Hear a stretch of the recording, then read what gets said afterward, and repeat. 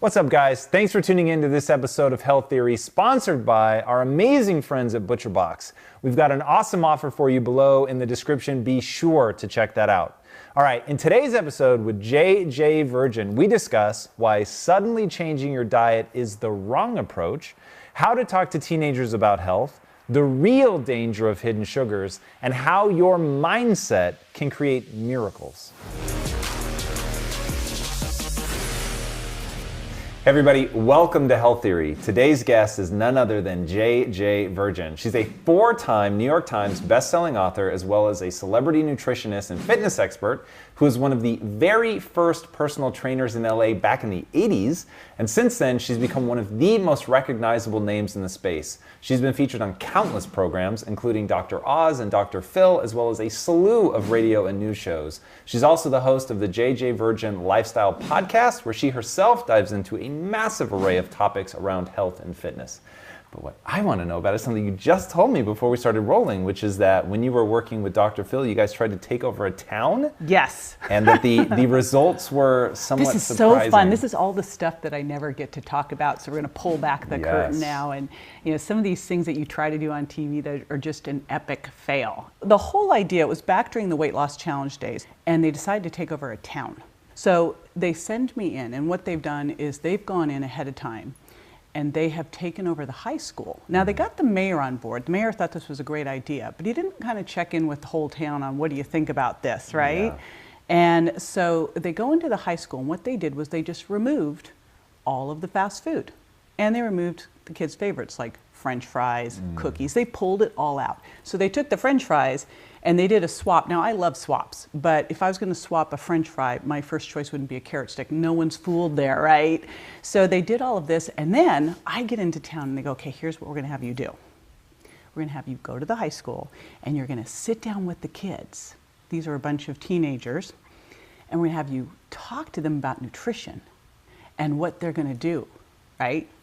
They wanted me to sit down and explain why we'd replaced the French fries with the carrot sticks and why we replaced the desserts with the fruit and how great this was going to be for them. And you can imagine what this was like. I was like this little lamb just thrown to slaughter with all of these very angry teenagers. What were they saying? We don't understand why. We don't care. We don't care, right? I mean, they didn't care. They didn't care that eating French fries was bad for them, because when you're a teen, you're not selling health to a teenager. So you've got to meet them where they are, right? So for a teenager, what are they going to do? Maybe they want to be like one of the rock stars or one of the big athletic stars, but they really don't care. They're not thinking about the heart attack they're going to not have when they're 60, right? They want the French fries. And this is something I've thought a lot about. Like, one, with what we were trying to do with Quest was I didn't feel like I could convince people to make a lot of change of behavior. Our whole thing was, how do you leverage behavior? But if you have kids and your kids are facing that kind of, I won't even call it peer pressure, but you walk into the school, there's a lot of fast food. The fast food companies, of course, are making sure that that's available in the schools in some cases. Right. Like, how do you appeal to them if they want to be, the rock star of the school? They're not thinking about avoiding the heart attack. So send in the athlete or the pop star that they want to be like. Like, what they shouldn't have done is sent me in. They should have sent in someone like that and been aspirational and let them co-create what they need to do to have a life like that and get their buy-in and their why. I used to be a spokesperson for Subway, and I remember I got one of the doctors who I worked with was like, I can't believe you're going to be a spokesperson for Subway. It's fast food. I go, Americans eat fast food. Right. So if I can work with them to make that fast food healthier and start to shift some behaviors that they're already going to do, but we can help them do them better, great. They're going to go and get energy bars. If we can get them to get a better choice than so many of them that are just adult candy bars, great, because you just got to have one foot after the next, right? I mean, I was doing something on a home shopping channel, and I couldn't say the names, but I had Almond Joy and Mounds, and they had the same amount of sugar as the Cliff Bar, and I think it might have been the Luna Bar. I was like, are you kidding me? That was literally our marketing message. It's the first protein bar that's not a candy bar in disguise, which is crazy. And you talk a lot about sneaky sugars and the way that people, A, don't understand necessarily what they're eating, and B, that a lot of this stuff is just getting into our diet in ways that we wouldn't expect. So what are some of the areas that people should really be watching out for that they might not expect has sugar in it?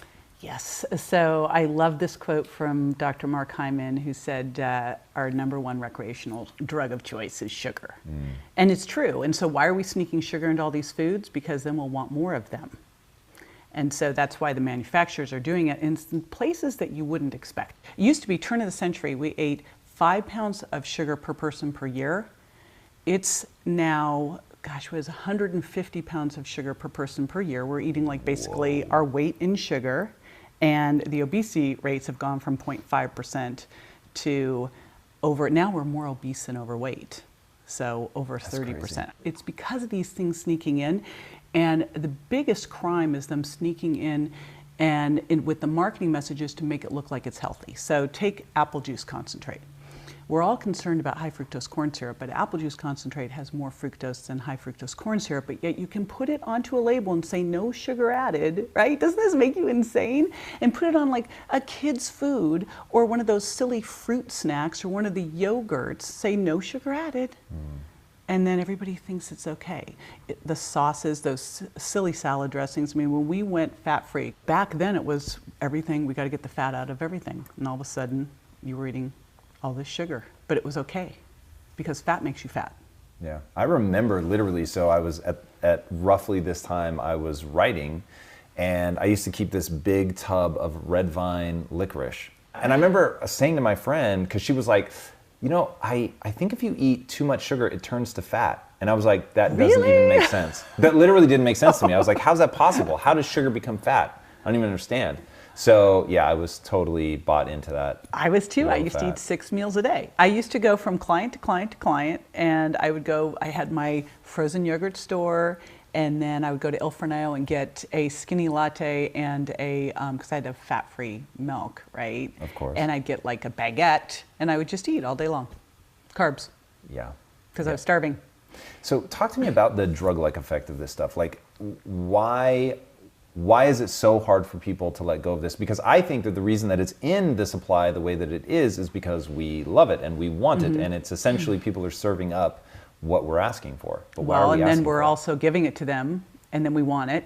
You know, it's like which came first, right? And so if you look at, so they did the cool study on rats where they looked at the reward center of the brain. And when rats were first given in, I think like it was some kind of morphine, and when they gave the rats morphine, it lit up this pleasure center, the reward center in their brain. Then they gave them Oreo cookies. It lights up the same pleasure center in the brain. And then they gave them the choice, and they chose the Oreo cookies. But if you think about it, you've got gluten, dairy, and sugar together, that trifecta of an opiate-like effect on the brain. So you start out and you have a little bit of it, and there's a couple different ways we become addicted to sugar. One is genetics. I mean, we have some people, I am genetically don't have a sweet taste, a sweet tooth. I'm so thrilled about that. Now my adopted mother does, so she plied me with sugar all growing up, but at age 12 I just quit. I don't like it. Like, wow. I do not have a sweet tooth, but you can get one because exposure equals preference. So you can train it, but then you also get that hit, you know, to the pleasure center of the brain, and also it boosts serotonin. And if you're stressed out, you are actually going to deplete serotonin, and then you're going to want more sugar to boost it on up. And then you also change your gut microbiome. So when you change your gut microbiome, you become more glucose intolerant. So now you're going to need more sugar for fuel because your body can't access stored fat for fuel. So you start to get this whole like compound effect of like what's really going on. Well, all these factors start to create the problems. So how do we begin to back out of that? I know you've talked a lot about, or worked with people, I should say, with getting sugar out of their diet, how to deal with that. You talked about some of the replacement stuff, that there are smarter replacements and carrot sticks for French fries, but what is some of that stuff? For somebody watching now that's really tried, they want to, they've got the intent, but they just don't know what to do. How do we begin? Everybody, I mean, no one sits down and goes, you know, I think I'm going to eat really crappy. That's what I'm going to do. That'll be perfect. You know, I think we all want to eat healthier, but then we try to do too big of a change and we fail, and then we go, see, it's my genes. I'm getting older. So give me an example of too big of a change. Well, French fries to carrot sticks. I'm not going to eat any sugar. I'm going to quit it all cold turkey.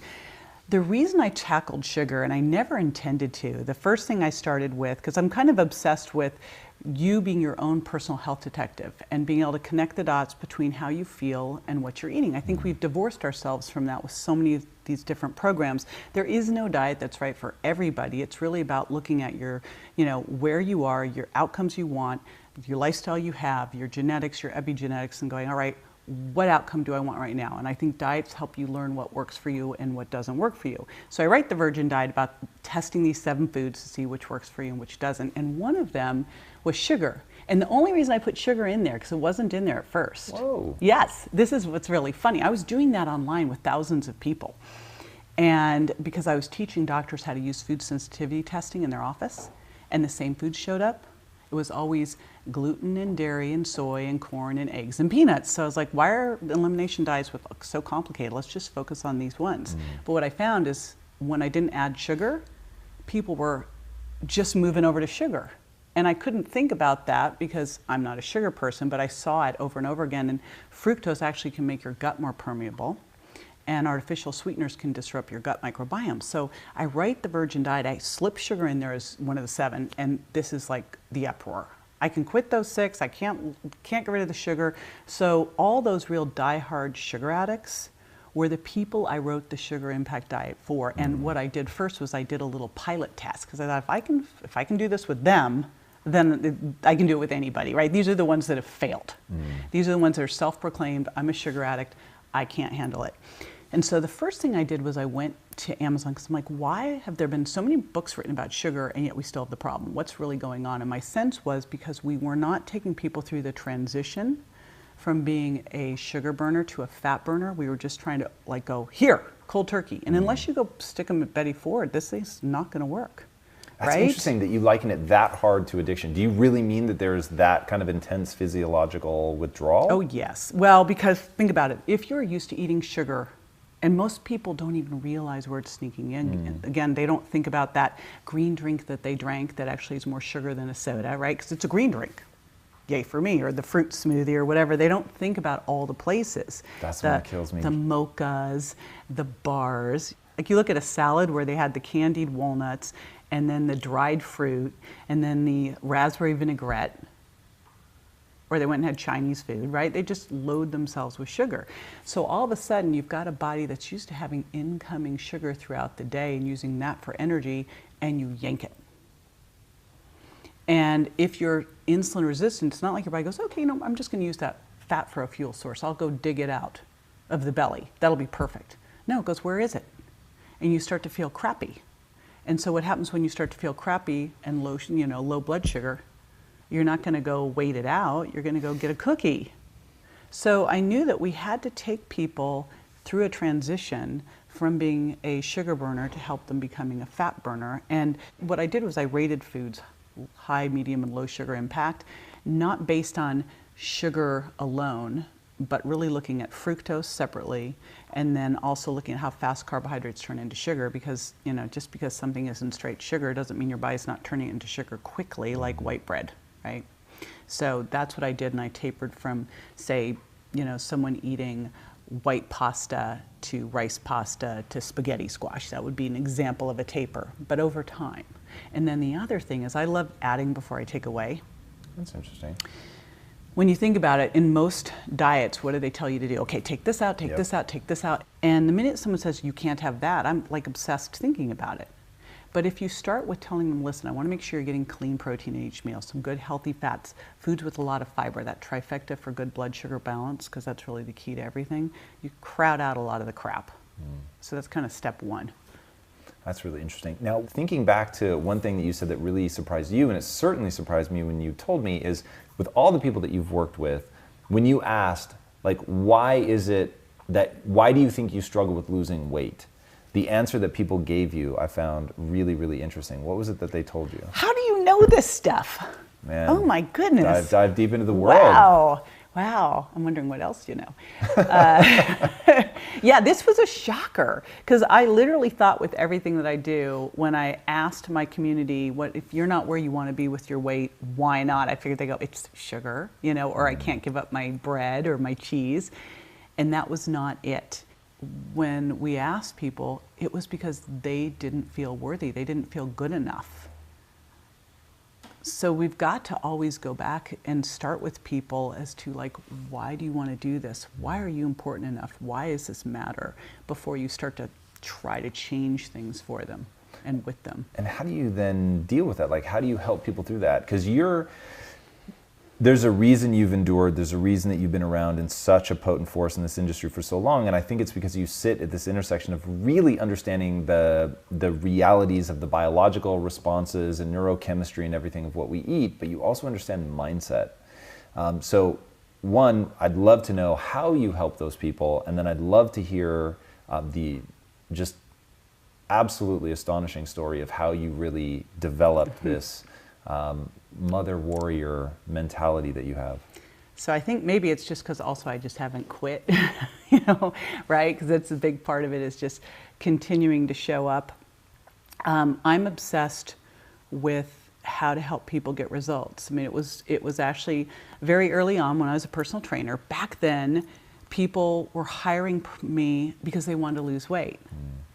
And I was like, well, you know, you can't out-exercise a bad diet. Like, so exercise is important for maintaining your weight and for shifting kind of your body's hormonal responses. We didn't even know about hormones and exercise back then. But I knew intuitively that if you had more muscle, that it wasn't about doing bunches of cardio, that if you had more muscle, it would shift things. I didn't understand it also helps with insulin sensitivity. But I knew that diet was key. But what I started to see above that was crazy was, and I remember I had this one woman who I helped her and she was getting so lean and fit and healthy and her husband didn't dig it. That's interesting. He was threatened. Oh, I saw this happen now multiple times. And so she went right back to where she was. And then I started to watch people as they started to lose weight and get healthier. If they didn't really believe that was their self-image, they started to shift back. So you have to work on who do you want to be? You know, who are you? What's your vision for yourself? Then you start to take the steps as to how to get there. And you have to be so clear on that. In fact, we had this woman who ate ice cream bars all the time, but she, like literally every hour, she had gastric bypass, but she would eat ice cream bars every hour because she'd fill up her pouch otherwise. So she would wake up all night long and eat ice cream bars every hour. Whoa. Okay, crazy. Why? You have She to was wake yourself addicted up. to ice cream bars. But here's what I did. She remembered herself as this lean, healthy, fit woman. She remembered when she used to be there. And I was like, let's get that picture. We actually took a picture of her back when she was that way and I put it on an ice cream stick, and I put it in the freezer in front of the ice cream bars. You know, it's like when you open that, think about, you know, because they can't exist together. You got to pick the one, right? And you've got to remember who you are and then operate from that.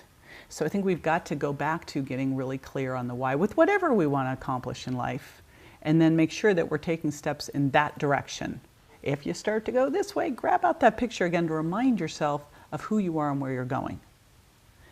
You know, it's that Wayne Dyer, you'll believe it when you see it, and you'll see it when you believe it. You know, it's both ways. So first thing I'm going to do is see it, then I can believe it. And if I believe it, then I'll see it. Yeah, talk to me about that. So your story may be one of the most extraordinary stories I've ever heard of leading with belief. Tell us about your son, what happened to him, and how you were able to leverage belief. Yes. And when I wrote the book, Miracle Mindset, it was very interesting because people kept asking me how I did it, and I'll share the story. And it actually all happened, and this is why it's so important to work on your habits and your mindset and your health, because you never know when you're going to be called this level and have this. So this actually happened on a Monday. On a Sunday, I was walking through an airport. I'd just been to a big event and they'd been training on the hero's journey, and I thought, wow, I got no good hero's journey. Be careful what you ask for.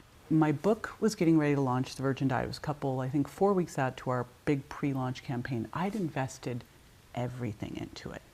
And I'd borrowed money. I am the financial support for my kids. They're 15 and 16.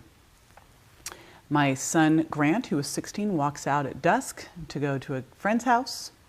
And the next thing I know, my other son and ex-husband come running into the house and say Grant's been hit by a car and airlifted to the local hospital. Now, you don't airlift someone when they break their leg. Right. We did not know what was going on. My son and my ex-husband drove by the accident scene. It was only a couple blocks from our house, and saw all of this like leftover remnants of a scene, and asked what had happened. And there was a policeman on the scene who looked at my other son and said, a boy got hit, he looked just like him.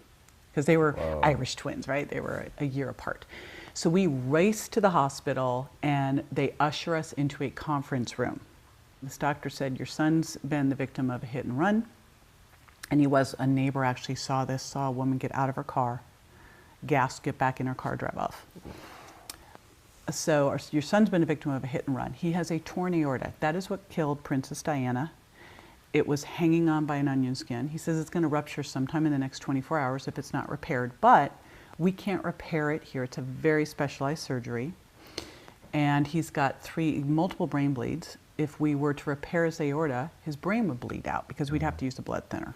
And it was like I was looking at a movie. It was like my brain was going, not your son, not your son, not your son. This could not be real, because he was covered in road rash and he had these bones sticking through his skin. And the doctor said, you got to let him go. And he says he's never going to survive the airlift to the hospital in LA he needs to go to. And even if he was, he wouldn't survive surgery. And even if he did, he'd be so brain damaged, it wouldn't be worth it. To which my 15-year-old Yoda son says, so maybe a 0.25% chance he'd make it? And the doctors say, yeah, that sounds about right, son. He goes, well, we'll take those odds. The doctor walks up to me. There's 5 surgical teams. Wow. And the doctor that put it all together, who's totally an angel, said, he's like, you the mom? I'm like, complete mess. And he goes, listen, I got this. I do this all the time. I just fixed one couple days ago. Someone got thrown off an overpass. I totally can do this. Don't worry about it. You go up to the waiting room. I'll come get you in a couple hours when I'm done. I said, all right. And I was on a Discovery show at the time, so I go up to the waiting room and I'm writing all the blogs and stuff I have to get done because he said he'd be fine, so I'm like totally gonna go with that. And he comes up, he goes, all right, he's fine, fixed. He goes, now, I don't know if he'll ever wake up, that's not my job, I'm just the plumber. And I'm like, great. I walked into Grant and, because he's in this deep coma, he had to have 2 orthopedic teams putting rods into his femurs. So I'm holding these couple fingers. And I said, Grant, I love you so much. We're here, no response. And the machines are going beep, beep, nothing's happening. And then I said, and your girlfriend, Mackenzie, loves you so much. And I feel this squeeze. Like, he's there. And then I said another name I knew wouldn't make any difference, and no response. And I said, and your brother Bryce is right here with you. And it was like, bam, lift my hand up off the bed. Wow. And that's when I said, Grant, I need you to fight. You're going to be 110%. I have got every resource you need here. I'm calling them all in. Your name means warrior. You need to fight. I will get you to be 110%. We've got this. And he is better than he was before the accident. Wow. Now I need to manifest the next big one for him. But he is better than before the accident. He literally is. That's incredible. How do you think your mentality and flipping that switch when your son says, all right, we'll take those odds, how does that actually influence your decision making? So for somebody that hears this story and thinks, I could never do that, how does deciding that you're going to make this happen, how does it actually play out? So I had this great mentor at 30 who is responsible for my son being alive. She's responsible really for everything that's happened. And I wish she was here so I could tell her. She unfortunately passed, but I'm sure she knows. And it all happened because I was a personal trainer in Fort Lauderdale, and she said to me at one point, she goes, why are you in school? Because I was at University of Miami in grad school. And I said, well, because I want to impact more people. She goes, great, all right. What are you gonna do when you graduate? I said, I'm gonna go get my doctorate. And she goes, why? I go, because I wanna impact more people. And she's like, well, those don't actually correlate. And I go, they don't? Because in my family, you just went to school. That's what you do. You graduated from high school, you went to college, and then once I was at UCLA, and everyone at UCLA had to go to grad school. Like, it was just what you did. I never gave any thought to, well, maybe that doesn't get you where you want to go. She goes, I'll teach you. Now, she was a self-made multimillionaire who grew up in a trailer park. Wow. I said, all right, that's awesome, I'm in. I literally sold my personal training business and moved into her house. Wow. And it was like a Mr. Miyagi moment where I move in and I'm like, all right, teach me, I'm ready. Like, I want to learn everything about business, it's gonna be awesome. And she goes, cool, put these rubber bands on. So I put these rubber bands on my wrist. She goes, now, every time you have a limiting belief, judgment, critical, snap it. Like, all right, when are you gonna teach me business though? Like, she goes, I will, you gotta start there. Because you don't realize that if you do not tightly manage your environment, that if someone tells you you can't do something, they'll be right. Because the reality is, we create our luck. Anything is possible. I knew with my son, as long as he was breathing, that I could harness anything out. I mean, I have so many contacts, and with the internet, we all do, right? And I could get him there because I was going to keep turning stones over until I got him to be 110%, till I got him to be better than he was before the accident, that it was completely possible to do. But at first, if you think about it, every single thing that we do in life is created twice. Like, you didn't sit down one day and build the first Quest bar physically. It first started here. Right? Sure. So anything that we want to do has to first start here. You first start with the belief, and then just go make it happen, one foot after the next, after the next. And that's what I did with Grant. I mean, there was literally any person who thought logically would have said there's no way.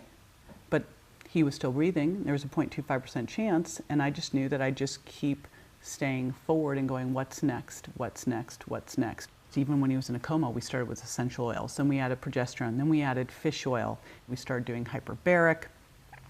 We did stem cells. I brought in all of the top doctors who, fortunately, I was friends with a lot of them, but I had amazing help from people like Dr. Daniel Amen and Dr. Hyla Cass. So I just started recruiting people to help and do this. How did you recruit them? Like, did you already know Dr. Amen? Fortunately, I had known him for years. And so I just reached out and asked people. I'd heard about progesterone therapy from a buddy of mine, Dr. Anna Kabeka, and she told me about the researcher who discovered it, and I just emailed him and asked him about it, because it was a 72-hour therapy for people to give them progesterone to help with reducing inflammation in the brain. And I said, hey, I'm outside of the 72-hour window. Will this still work? He goes, we just did 72 hours because that's what the funding was.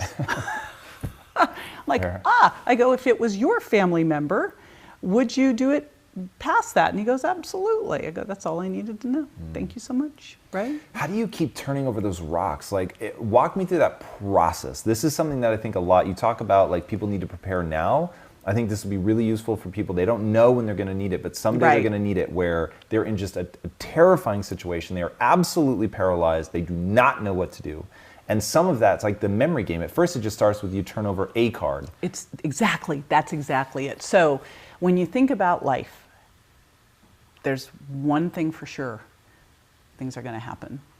And how you show up can be a life or death situation. Now, when I wrote Miracle Mindset, I honestly didn't know if Grant was going to make it. When I was writing that book, because one of the things that happens when you have a brain injury is that you're very suicidal, and he tried to kill himself numerous times. I mean, I remember at one point I jumped him, you know, and he was dragging me down the street telling me he was just going to get hit by a car again. And I'm like getting dragged down the street, right? I called 911, and here I am getting dragged down the street, you know, but I'm like, I'm not letting go. We're going down together. At first I thought, well, this is the story about my son surviving. Oh, it's got nothing to do with my son surviving. It is how you show up when situations happen, because they're going to. And if you look at the most successful people that we both know, Dean Graziosi and Joe Polish, and everyone's been through crap. I mean, shoot, Dean lived not in a trailer, he lived in a bathroom, right? I mean, it's how you show up that changes everything. And the cool thing is that's got nothing to do with your race, your religion, how much money you have, how tall you are. It's got to do with your mindset. You can train that. And again, I was just lucky at age 30 that I had a woman take me under her wing, and I literally, for 6 months, I didn't get to learn business for 6 months. For 6 months, she taught me on mindset, on controlling my environment, on staying positive, on being a possibility thinker, on turning over all those stones, because you just start with that first step. Everywhere I am right now was because of those things she taught me when I was 30 and I put into motion. You said that she taught you a lot of phrases.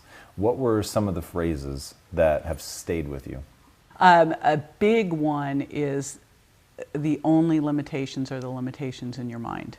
She had us do something early on where you pull out a sheet of paper and you write down everything that you want.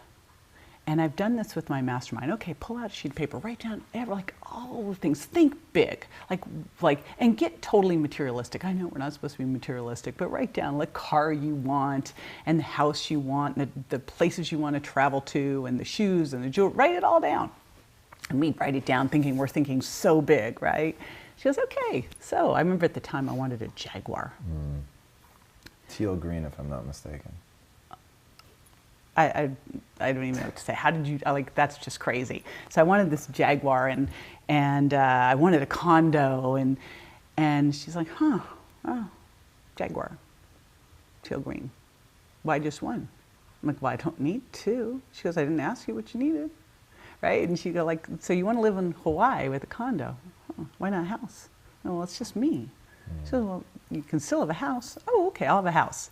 She goes, well, what part of Hawaii? I go, well, Maui. She goes, all right, well, which part of Maui? And I think it was Kaanapali. And she goes, well, why not all of Maui? Oh, okay, well, why not all the Hawaiian Islands, right? I mean, we're so trained but it was so good to feel so expansive. If my son gets hit, I could have gone, well, I hope he survives. Right. I see a lot of people out there just surviving. I didn't want him to just survive. He could have just survived and been, had a horrible quality of life. That's what I was absolutely frightened of. I did not know what it was going to be like when he woke up out of that coma. When he first came out of that coma, he literally was lying in bed, staring like this, and moving one arm back. It was the only thing that he could move on his body, moving his arm back and forth. And I'm like, oh, what did I do, right? And that's when the only way I could make it through that was go, he's 110%, 110%, 110%. The hospital people thought I was insane. But I couldn't let my brain go to, what if this is it? What if this is it, right? That it could never go there.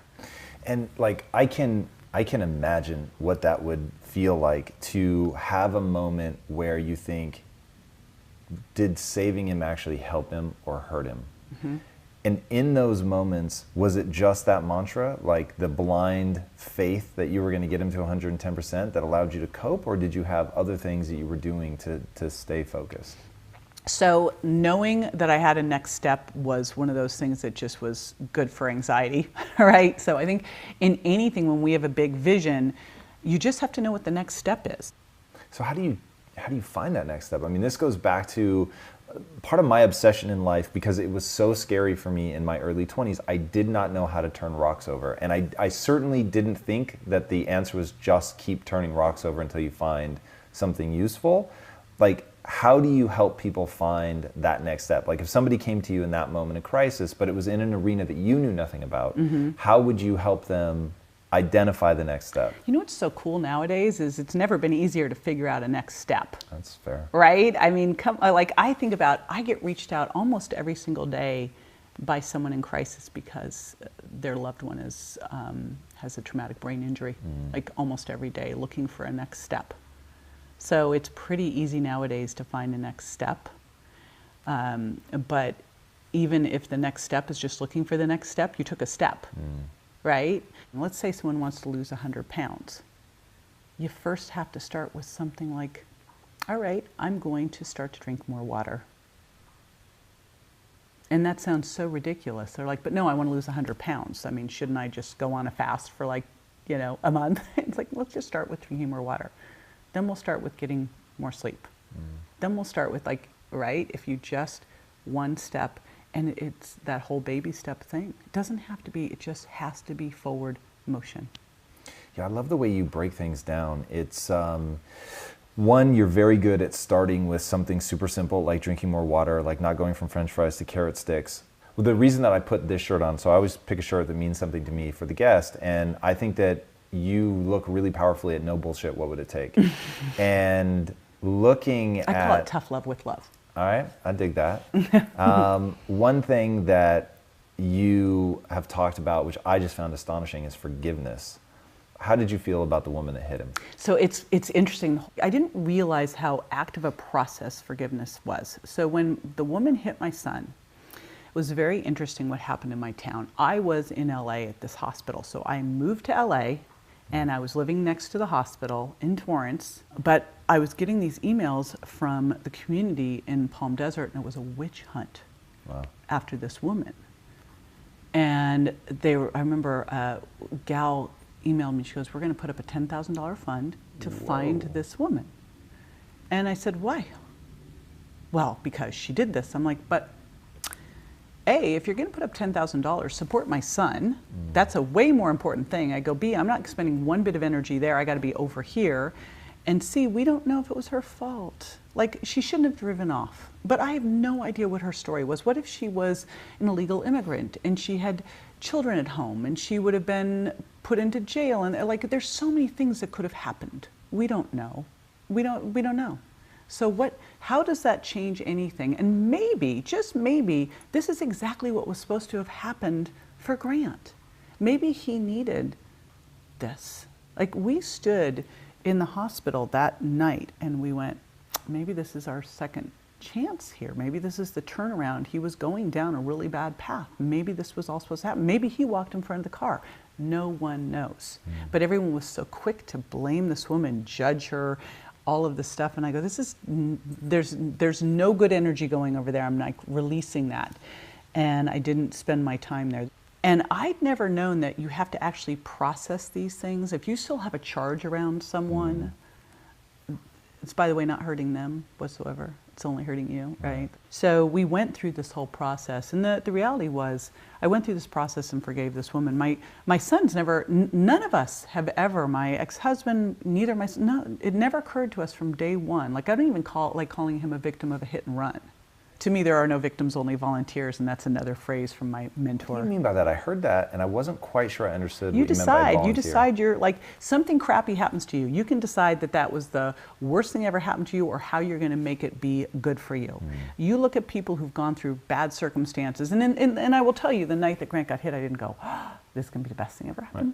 Right. This is so good. Yay! This is going to be awesome, right? I mean, but I kept going, okay, what's good about this? How can I move forward? What do I need to do to get help? What can I do here, right? You know, I could have sat there, had a pity party, or I could have gotten into action and gone, what do I need to do? I'm going to be 110%. John and I literally looked at Grant and went, this is our second chance. How are we going to do this, right? How are we going to make this the best thing? What can we do? That is not being a victim.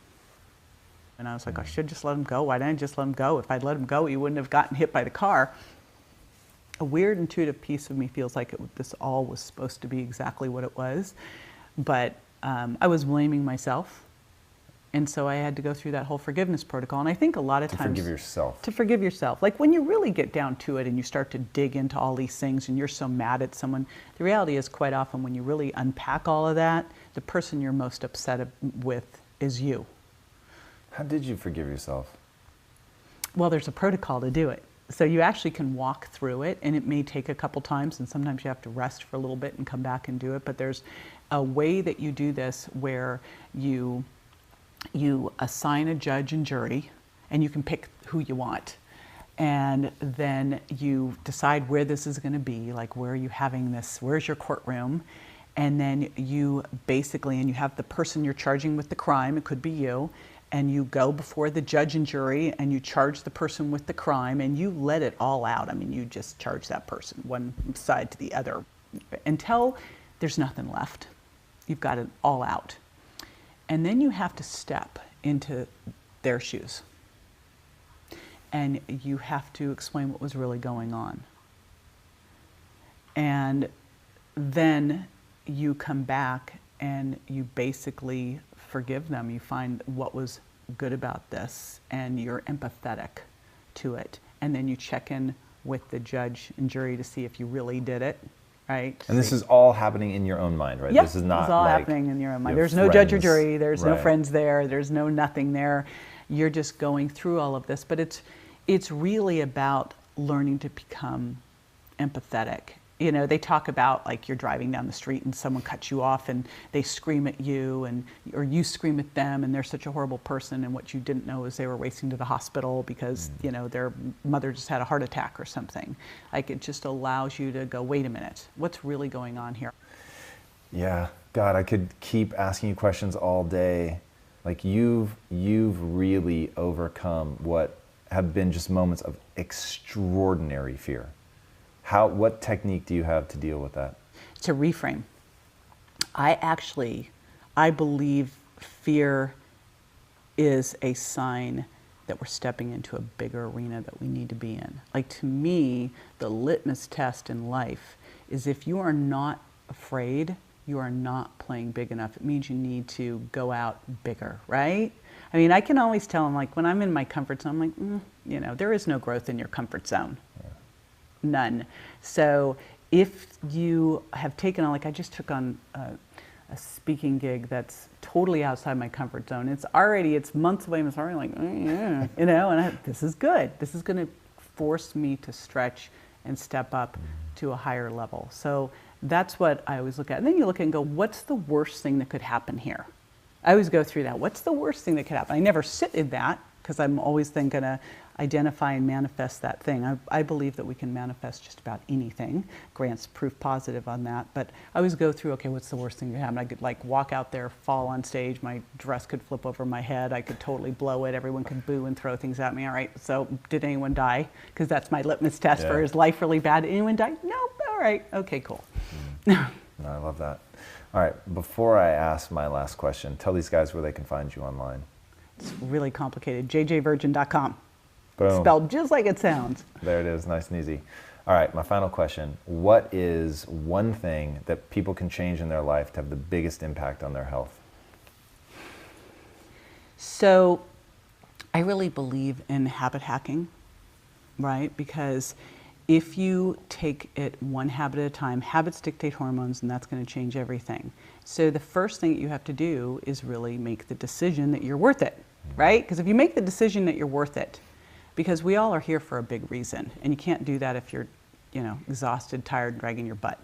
So the first thing you have to do is decide that you're actually worth it, and then pick that first habit that you need to do, because it's different for everybody. You might be sleeping great, in which case that's not the habit you need to fix. You might be drinking the water, but it's not the big complicated thing you think it is. It's one that you know you can have that first win with, so that one win creates the next win, creates the next win. Totally. Awesome. JJ, thank you so much for coming on the show. Thank you. That was really amazing.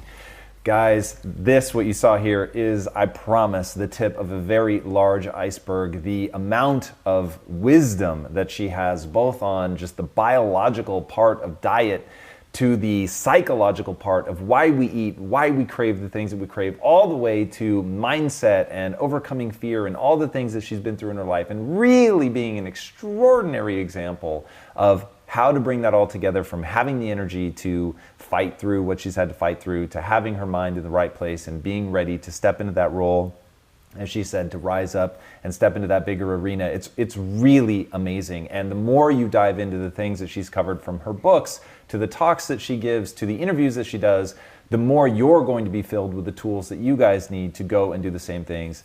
I promise it will be time well spent. All right, if you haven't already, be sure to subscribe. And until next time, my friends, be legendary. Take care.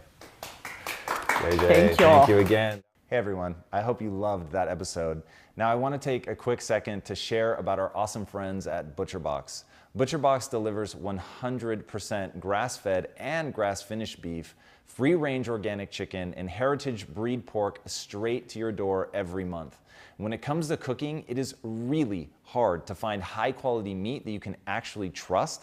And with what Lisa's gone through, I have realized just how important it is that the food you eat is raised and sourced properly. And that's why Lisa and I are so passionate about ButcherBox. Every box comes with at least 9 to 11 pounds of meat, and that's enough for 24 individual sized meals, and they ship for free nationwide, except for Alaska and Hawaii. Sorry guys. We have an awesome offer for you right now to give ButcherBox a try. Get $20 off your order by using the link in the description below. That's $20 off. Enjoy and be legendary. Thank you guys so much for watching and being a part of this community. If you haven't already, be sure to subscribe. You're going to get weekly videos on building a growth mindset, cultivating grit, and unlocking your full potential.